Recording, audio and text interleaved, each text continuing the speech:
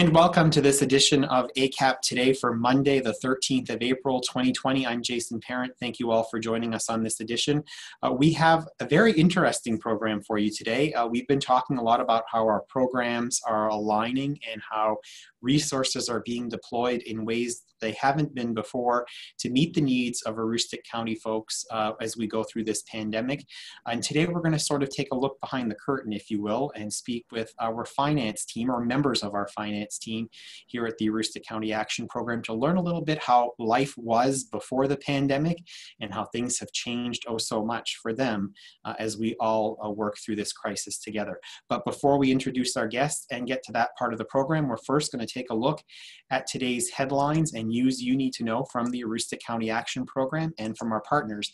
And with that, we begin today with this news, which we broke to you last Friday, that we have created a new online form for individuals to connect with us that helps us better direct their needs when we're able to call them back. And so we encourage all customers or all individuals who are looking to access us for services to first consider going onto our website if you are able to, and to click on the link that's noted on the screen now at the bottom of the main page, which will take you to a fillable form, which will allow us to be able to look at what services you may be eligible for and ensure the right person is reaching back out to you to connect you with those services. So please take advantage, if you can, of this new online fillable form. Next, we want to remind everyone that if you are impacted right now by COVID-19, specifically on the economic side of things, you may be eligible for services that you may not have been prior to this. So please do contact us. There are two programs in particular, the Home Energy Assistance Program and the Women, Infant, and Children's Program that have changed their requirements around eligibility in light of COVID-19.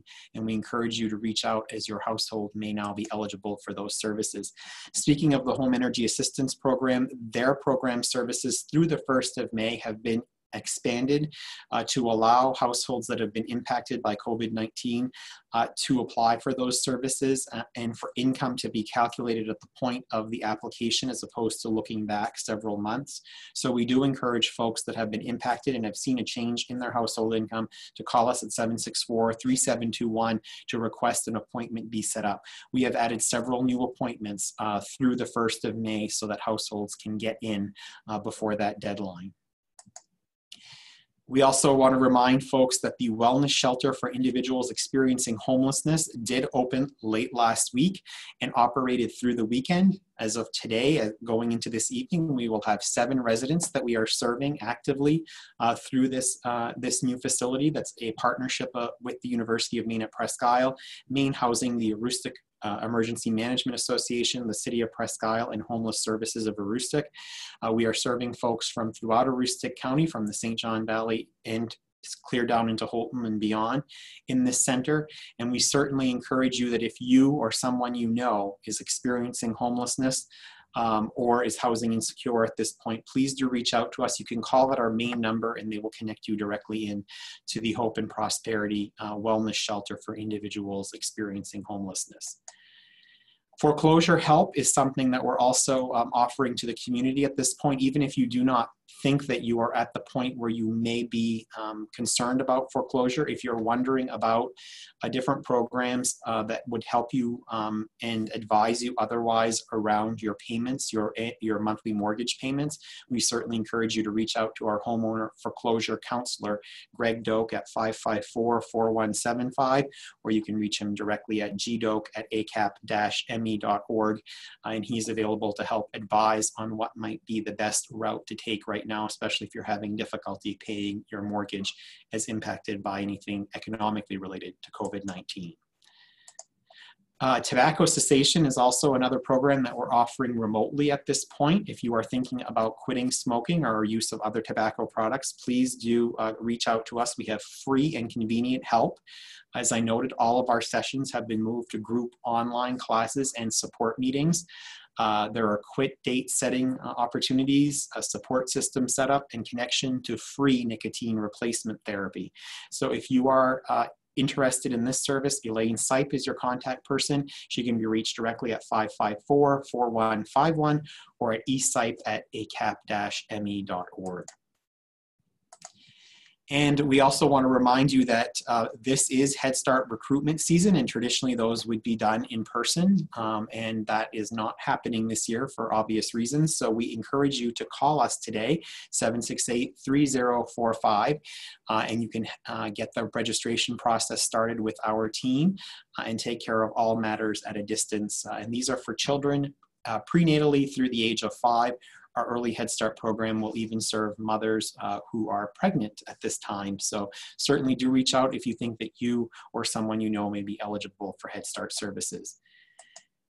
And a reminder again, the Department of Labor, Maine Unemployment Department of Labor has set up a new system. It began last week and continues into this week to service customers. Today is Monday, so any customers with the last name that starts with an A through H are instructed to call on Mondays, I through Q on Tuesdays, R through Z on Wednesdays, and Thursdays and Fridays are reserved for folks who couldn't either get in or make contact with DOL on Monday through Wednesday when their name, their last name letter was called.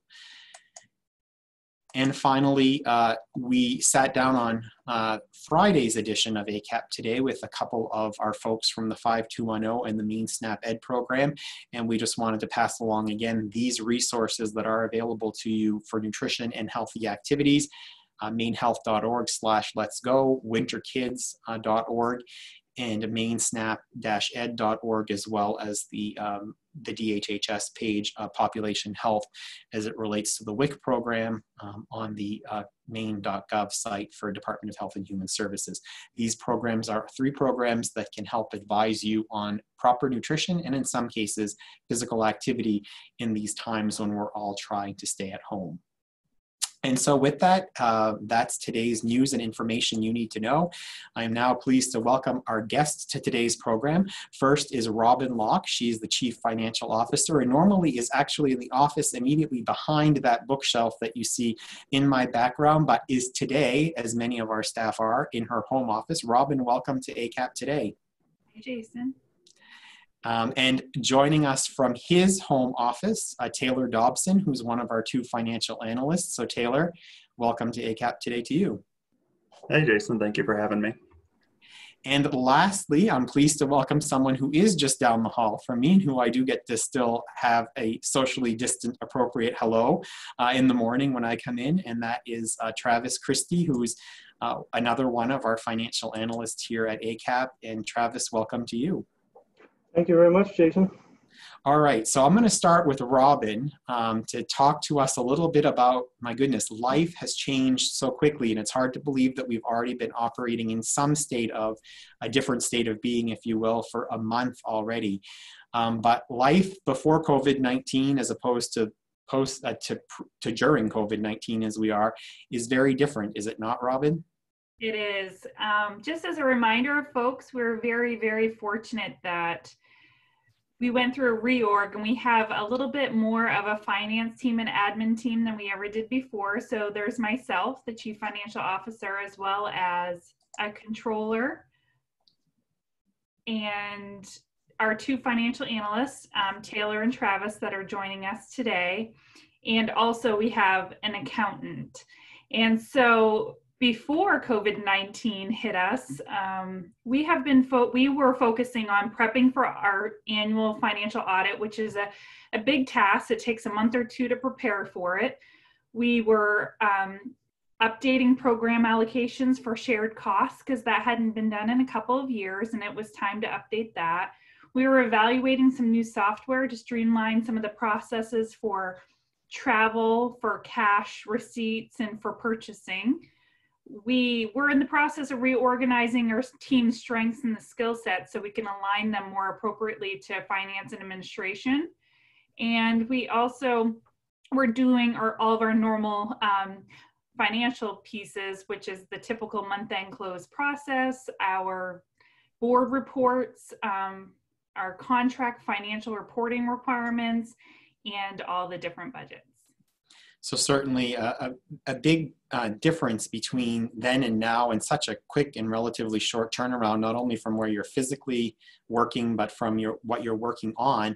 And for you, Travis and Taylor, you're really close to the activity as it's happening, because you're working to support both the finance team from the level of getting those things done that Robin was talking about, but really are the primary contact with our programs. So Travis, let me begin with you to talk a little bit about how some of the work that you're doing now continues. Obviously that work that Robin, although we made it to the other side of the audit, but a lot of that work continues, but it's very much about meeting immediate need right now to be responding to the urgent community need. And I know that you're helping your program folks make that happen. Well, Jason, I think the biggest impact that we've tried to have even before COVID-19 was to understand how the programs were connected together, not only service-wise, but also financially. And I think that continues to be our biggest focus, is to see how we can take the finances that we have available to us and stretch it for whatever situation we find ourselves in. So I think one of the most important aspects that I've noticed is the fact that we're all kind of codependent, interdependent on each other. Different services kind of blend with other services to assist in that scenario. We also have people who are willing to jump in and find different ways to support the community and to support different programs. One of those examples would be our early child care and education and Head Start funding food program. So normally our children that we serve in these programs, we would feed them in the classrooms, but we're not able to do that anymore. So because they've been sent home, because they have to isolate with their families, we really wanted to look for ways to serve them, to continue to provide some of those benefits for food and other kinds of contacts. So we have been able to find, for example, a funding source that allows us to continue to provide food directly to those folks, to those kids and their families at home. We found a funding source that kind of changes what we're able to do. Typically, we wouldn't be able to serve those children in their homes. We now can provide those meals directly to the homes. Typically, we would be only able to provide breakfast and lunch with that money. We're now able to provide 3 meals and all of the snacks associated with those meals. And whereas before we were only able to provide food for the school week, which might have been Monday through Friday, we can now do that. We can now provide those meals all the days of the week. So 7 days a week, we're providing meals for our children that would normally attend our program. So we've also been able to provide some of the other essentials for our families.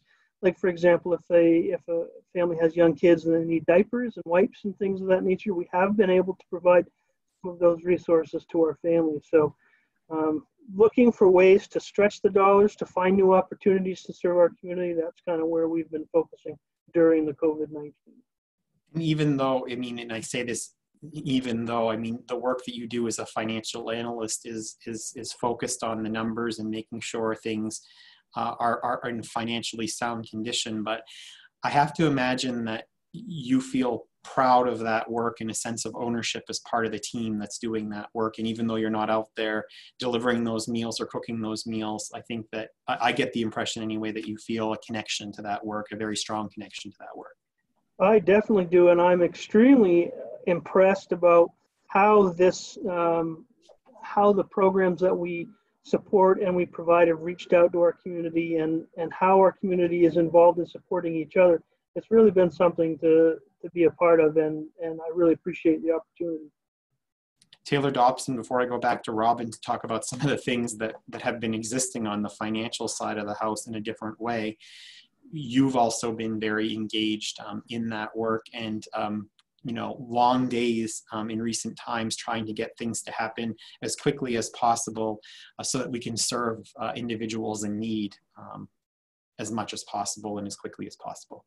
How does that feel for you?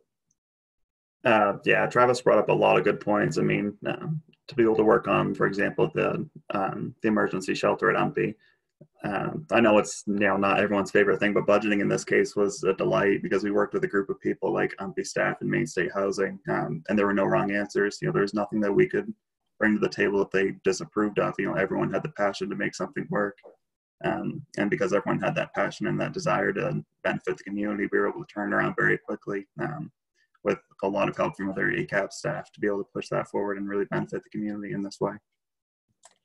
How was being involved in such an initiative that literally is putting a roof over people's heads? How has that been for you and the people that you're working with, not only in the financial services team, if you will, but across the agency? It's really eye-opening to have the collaboration, between just looking at numbers and then to talk to the people that help make the service happen and do the service themselves. You really get an aspect of what's important and just how much, one impact can bring benefit to somebody.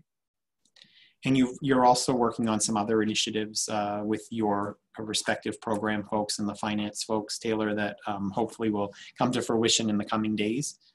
Yes, another large item that's going to be coming down the drain soon is the community service block grant that has an increase in funding for the pandemic. We didn't know what that was to start with, so I've done a little bit of configuration to see what the federal allocation was to the state of Maine and then what the state's allocation to us for the service was. So now we have a rough idea of what we are working with, and we can use that until we get the definitive answer to start planning as to what we could use with that. Great. So Robin, there has been, even though all of this heavy lift for Travis and Taylor and you and other members of your team has been focused on meeting immediate needs, there have been some business-specific functions that life has had to go on during this period of time. And so it's been that constant juggle of, okay, we need to meet these emergent needs, but then there are these things that we're committed to doing and we have to do. So talk about some of the other initiatives that your team has been working on. Sure. As I mentioned earlier, we were prepping for our financial audit, but for the first time ever, both for ACAP and for our auditing firm, Whipfly, we were the first ones to go through our financial audit virtually.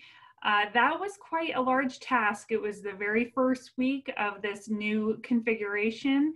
We have administrative staff and accounting staff and program staff all helping out. And over the course of the week, we scanned over 6,000 pages, 6,000 files to be able to provide that to our auditors in a timely way. It went very well. They were very pleased. As a matter of fact, they said it went better this year than last year. So it's something that everyone should be very proud of. We also are in the process of going through a workers' comp virtual audit. One of those takes place every single year. It's never been done virtually, but we are going through that currently. We also are preparing for our 403B audit, which happens annually, usually in the month of June. So where the preparation has started, and most likely that will be virtual as well. We also have been working, our accountant, Becca Campbell Mary, she has been contacting vendors to set them up with direct deposit, just in case there comes a day where we cannot print checks, because right now checks are printed in the office and it is not allowed to bring checks outside of the workplace. So in preparation, thinking ahead, just in case, she has contacted our vendors and got the majority of them willingly and able to sign up for direct deposit, so it doesn't stop cash flow for them through the process. So that has happened. I also have been working on just some protection pieces to ensure that life goes on with ACAP. We're financially sound as it is, but you never know what's going to happen. So we put some, we went through some payroll protection program. That's a small business administration focused program that has some really great benefits. We walked through that. We also have been working on setting up some new payroll codes and some financial policies to allow for electronic signatures. And we're monitoring our spending, of course, because of the additional funding that's coming our way, making sure that we're categorizing them all correctly.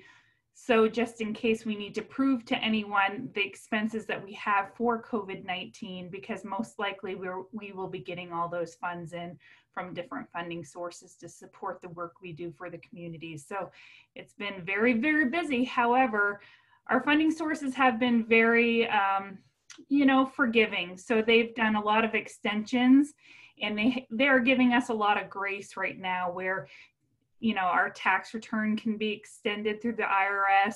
Our indirect rate through the federal government doesn't need to happen right away. Our quarterly reports and grant closeout packages can be on extension. There are times that they don't do that, but for the most part, there is a lot of grace there, and we're so thankful for it.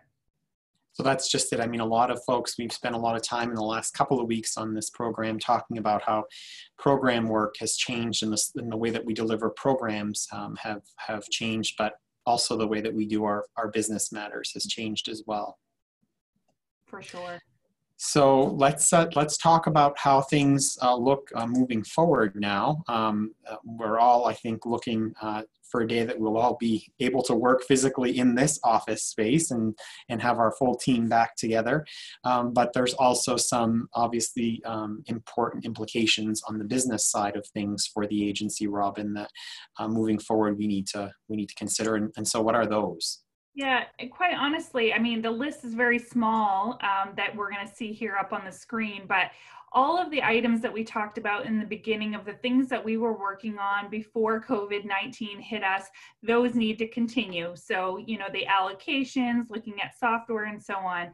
But basically, really, we want to be able to do some trend analysis for our programs to make sure that our revenue and expense over the course of time looks very similar to prior years or prior periods. That's something that the financial analysts have been working on to bring forward to the budget meetings, just to keep a close eye on our spending. We will also resume looking at the different software packages to streamline some of the processes, to make life a little bit easier, to automate it, to have technology at our fingertips for certain areas. And then, quite honestly, the poor financial analysts and the program directors, they're going to be all over budget revision after budget revision after budget revision, because the funding is going to come our way. It's already started. I have a feeling it's going to continue because there are so many people in the community that need our help. And Travis and Taylor, your last thoughts on being there for a community that will need our help as we move forward. Travis, let me start with you. Yeah, one of those opportunities that Robin was mentioning about that's going to require some work on the budget is what the federal government has termed quality improvement dollars, again, for our our Head Start program.